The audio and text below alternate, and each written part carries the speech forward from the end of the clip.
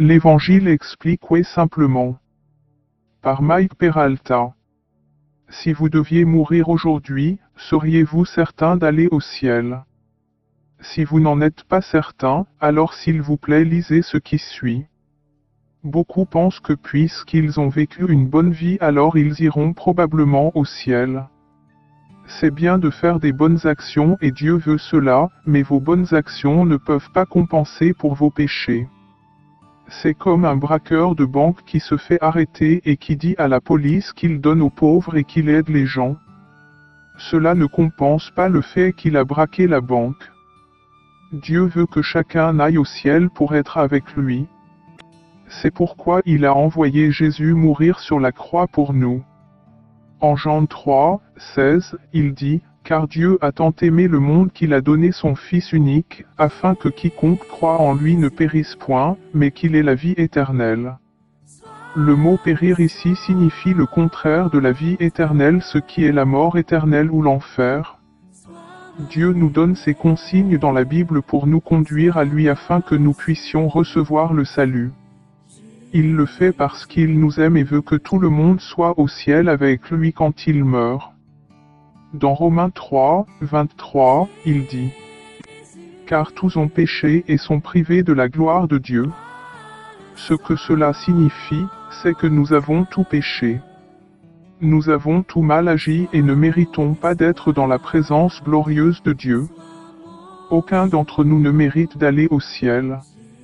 Je ne mérite pas d'y aller, vous ne méritez pas d'y aller. Aucun de nous ne mérite d'aller au ciel. Nous avons tout désobéi à Dieu dans nos vies. En Romains 6, 23, il dit « Car le salaire du péché, c'est la mort, mais le don gratuit de Dieu, c'est la vie éternelle en Jésus-Christ notre Seigneur. » Ici, le salaire du péché signifie la conséquence du péché ou ce que nous gagnons par le péché. Et le type de mort qui est décrite ici est la mort spirituelle qui est l'enfer comme elle est expliquée dans la Bible dans le livre de l'Apocalypse où il dit « C'est la seconde mort, l'étang de feu. Quiconque ne fut pas trouvé écrit dans le livre de vie fut jeté dans l'étang de feu. » Apocalypse 20, 14 à 15. Ainsi, ces trois dernières écritures sont très graves parce qu'elles disent que 1. Nous avons tout péché. 2. La conséquence du péché c'est la mort et 3. La mort c'est l'étang de feu ou l'enfer. Ce que cela signifie, c'est que nous sommes tous destinés à aller en enfer à moins que nous permettions à Dieu d'intervenir dans notre vie. Mais Dieu ne veut pas que personne aille en enfer. C'est pourquoi il a envoyé Jésus mourir pour nos péchés sur la croix. Et c'est seulement par Jésus que nous pouvons recevoir la vie éternelle. En Jean 14, si Jésus a dit « Je suis le chemin, la vérité et la vie. Nul ne vient au Père que par moi. » Nous pouvons être sauvés uniquement par Jésus. Il n'y a pas d'autre moyen. Le seul paiement que le Père accepte pour nos péchés, c'est le sang de Jésus. C'est pourquoi il a envoyé Jésus mourir pour nos péchés. Il l'a fait parce qu'il nous aime. Ce n'est pas parce que nous le méritons parce qu'aucun de nous ne mérite d'aller au ciel. Or, il n'y a que les enfants de Dieu qui obtiennent d'être avec Dieu quand ils meurent. En Jean 1, 12 Dieu le Père nous montre comment devenir son enfant. Il nous dit « Mais à tous ceux qui l'ont reçu, c'est-à-dire Jésus, à ceux qui croient en son nom, elle a donné le pouvoir de devenir enfants de Dieu. » Et croire en Christ ne signifie pas seulement que vous croyez qu'il existe, cela signifie aussi que vous mettez toute votre confiance et votre obéissance en lui. C'est ce que signifie croire en lui en tant que Seigneur. Le mot Seigneur signifie roi ou maître, celui à qui vous faites confiance et à qui vous obéissez. En Romains 10, 9 il dit « Si tu confesses de ta bouche le Seigneur Jésus, et si tu crois dans ton cœur que Dieu l'a ressuscité des morts, tu seras sauvé. » Le mot confesser signifie être d'accord avec. Donc, Pour confesser vraiment que Jésus est Seigneur signifie qu'il est votre Seigneur, celui à qui vous vous soumettez, en qui vous mettez votre confiance et à qui vous obéissez. Or, vous recevez Christ par la foi et non par le gagner avec les bonnes actions. Il dit en Éphésiens 2, 8 à 9 que « Car c'est par la grâce, ou la faveur non méritée, que vous êtes sauvés, par le moyen de la foi. Et cela ne vient pas de vous, c'est le don de Dieu, ce n'est point par les œuvres, afin que personne ne se glorifie. On ne gagne pas le salut, on le reçoit comme un don gratuit de Dieu. Il est comme recevoir un cadeau de Noël. Vous ne payez pas pour le cadeau de Noël. Mais vous devez décider si vous le recevrez ou non. Le prix de votre salut a été payé par Jésus sur la croix. Et le coût pour Jésus était très terrible. Il est bien au-delà de ce que je peux comprendre. Jésus a terriblement souffert pour nous, afin que nous puissions tous aller au ciel. La seule chose qu'il vous reste à faire, c'est de recevoir le salut pour lequel Jésus a payé comme un don gratuit de Dieu. Bien que Jésus désire vivement donner la vie éternelle à tous, il n'obligera personne à le recevoir comme Seigneur. Il donne à chacun un choix de libre arbitre. Mais, certes, il invite tout le monde qui veut, à le recevoir et à recevoir la vie éternelle. En Apocalypse 3, 20, Jésus dit « Voici, je me tiens à la porte, et je frappe. Si quelqu'un entend ma voix et ouvre la porte, j'entrerai chez lui, je souperai avec lui, et lui avec moi. » Donc, nous avons tous un choix à faire. Nous pouvons vivre une vie conduite par nous-mêmes séparés de Dieu ou une vie dirigée par Christ avec Dieu. Dans une vie conduite par vous, vous tracerez votre propre voie sans Dieu. Mais le choix est pour jamais. Si vous décédez dans cet état, vous serez à jamais séparés de Dieu et périrez en enfer. En Luc 13, 3 Jésus nous met en garde que si vous ne vous repentez, vous périrez tous également. Dieu ne désire pas cela pour n'importe qui, mais Dieu n'obligera personne à le recevoir.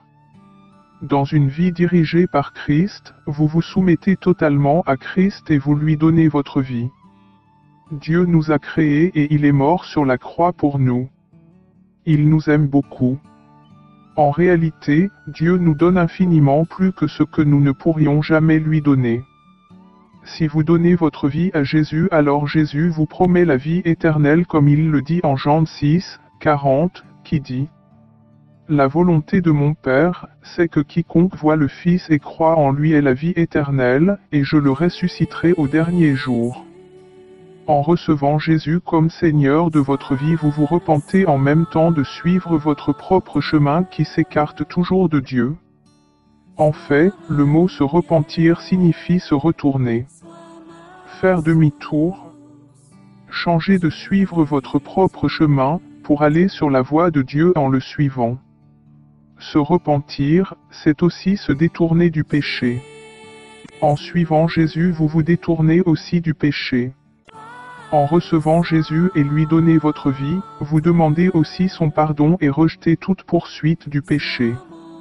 Si vous avez abandonné le Seigneur ou vous êtes retourné au péché et vous voulez maintenant vous repentir du péché et revenir à Jésus, vous pouvez aussi prier selon comme indiqué ci-dessous. La prière est indiquée ci-dessous. Voulez-vous faire cette prière à Dieu? Ce n'est pas à moi ou à mon Église, ou à ma dénomination. C'est une prière que vous faites à Dieu. C'est une décision que vous faites à Dieu, qui vous a créé et qui vous aime. Voulez-vous faire cette prière pour remettre votre vie à Jésus? Dites chaque ligne à Dieu comme suit. Prière pour recevoir Jésus en tant que Seigneur. Mon Seigneur Jésus, je sais que je suis un pécheur et incapable de me sauver par mes propres actes ou ma propre voie. Mais je crois en effet que tu m'aimes, et que tu as été envoyé pour mourir sur la croix pour mes péchés. Ici même et maintenant, je me repens de tout péché et te demande de pardonner tous mes péchés et de me donner le don de la vie éternelle. Je te donne ma vie complètement, Jésus. Merci, mon Dieu, d'avoir entendu et répondu à ma prière, et de me donner la vie éternelle comme tu as promis de le faire. Amen. Quand vous avez prié cette prière, étiez-vous sincère? Si vous l'étiez alors par la promesse de Dieu, vous avez maintenant la vie éternelle. Parce qu'il dit dans 1 Jean 5h13, « Je vous ai écrit ces choses, afin que vous sachiez que vous avez la vie éternelle, vous qui croyez au nom du Fils de Dieu. » Si vous deviez mourir aujourd'hui, vous iriez au ciel pour être avec Dieu. Nous le savons parce que Dieu garde toujours sa parole. Trouvez une Bible et commencez à le lire dans le Nouveau Testament. Rejoignez une bonne église qui croit vraiment dans la Bible. Si vous n'avez pas prié pour recevoir Jésus, croyez-vous que Jésus vous aime? Croyez-vous que Jésus est mort sur la croix pour vos péchés? Est-ce qu'il y a du péché dans lequel vous voulez continuer? Vous vous rendez compte que la décision de rester dans le péché est une décision de rester écarté de Jésus. Vous vous rendez compte que si vous mourrez séparé de Jésus, alors vous finirez en enfer quand vous mourrez. C'est quelque chose dont Jésus nous met en garde. Parce qu'il vous aime et ne veut pas que vous alliez en enfer quand vous mourrez. Dieu ne ferait jamais rien pour vous nuire. La nuisance vient quand vous restez séparé de Dieu. Mais Dieu veut seulement vous donner la vie éternelle. Parfois suivre Jésus implique le sacrifice, mais il est toujours pour votre propre bien ou le bien des autres. Je vous invite à ne pas tarder de donner votre vie à Jésus. Aucun de nous n'est assuré de vivre même un jour de plus. Il dit dans Hébreux chapitre 3, « C'est pourquoi, selon ce que dit le Saint-Esprit, aujourd'hui, si vous entendez sa voix, n'endurcissez pas vos curesses, comme lors de la révolte. Je jurai donc dans ma colère, ils n'entreront pas dans mon repos. Aussi voyons-nous qu'ils ne purent y entrer à cause de leur incrédulité. » Hébreux 3, à 19. Cette dernière écriture est les paroles du Saint-Esprit qui nous aident à venir à Jésus. Dieu vous aime beaucoup et veut vraiment vous donner la vie éternelle. S'il vous plaît, considérez ce que Dieu dit dans la Bible, sur la façon de recevoir la vie éternelle. C'est la décision la plus importante, non seulement de votre vie mais aussi de toute votre existence. En fin de compte, vous existera toujours soit au ciel soit en enfer.